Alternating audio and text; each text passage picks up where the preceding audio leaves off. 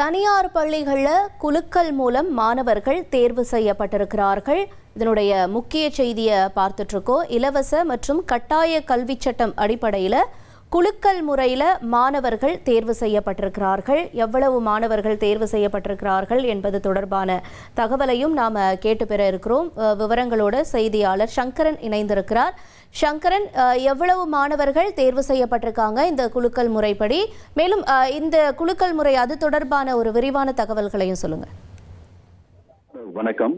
RTE என்று சொல்லக்கூடிய இலவச மற்றும் கட்டாய கல்வி சட்டத்தின் அடிப்படையில நான் மைனாரிட்டி, அதாவது சிறுபான்மையினர் அல்லாதவர்கள் நடத்தக்கூடிய தனியார் பள்ளிகளில் ஆரம்ப நிலை வகுப்பில், அது எல்கேஜியாக இருக்கலாம் அல்லது முதல் வகுப்பாக இருக்கலாம், அந்த வகுப்புகளில் இருக்கக்கூடிய மொத்த இடங்களில் 25 விழுக்காடு இடங்கள் சமூகத்தில் பொருளாதாரத்தில் நலிந்த பிரிவினர், அந்த குடும்பங்களைச் சேர்ந்த குழந்தைகளுக்கு ஒதுக்கீடு செய்ய வேண்டும் என்பது அந்த சட்டத்தினுடைய முக்கிய அம்சமாகும். அந்த அடிப்படையில இந்த சட்டத்தின் கீழ் சேரக்கூடிய குழந்தைகள் 1 முதல் 8ஆம் வகுப்பு வரை கட்டணம் இன்றி படிக்கலாம் என்பது குறிப்பிடத்தக்கது. இந்த குழந்தைகளுக்கான கட்டணங்களை மத்திய மாநில அரசுகள் ஏற்றுக்கொள்கின்றன.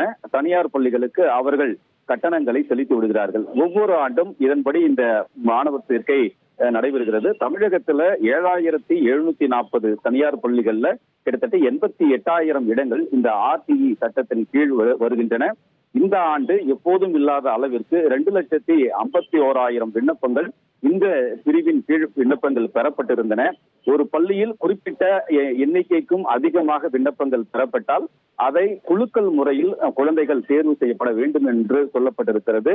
அந்த வகையில் இந்த ஆண்டு அனைத்து பள்ளிகளிலுமே நிர்ணயிக்கப்பட்ட இடங்களை விட அதிகமான விண்ணப்பங்கள் பெறப்பட்டதன் காரணமாக 7740 தனியார் பள்ளிகளிலும் இன்று காலை 11 மணியிலிருந்து அந்த குலுக்கல் என்பது நடைபெற்று வருகிறது. அந்தந்த மாவட்ட முதன்மை கல்வி அலுவலர்களுடைய தலைமையில் இந்த குலுக்கல் நடைபெற்று வருகிறது.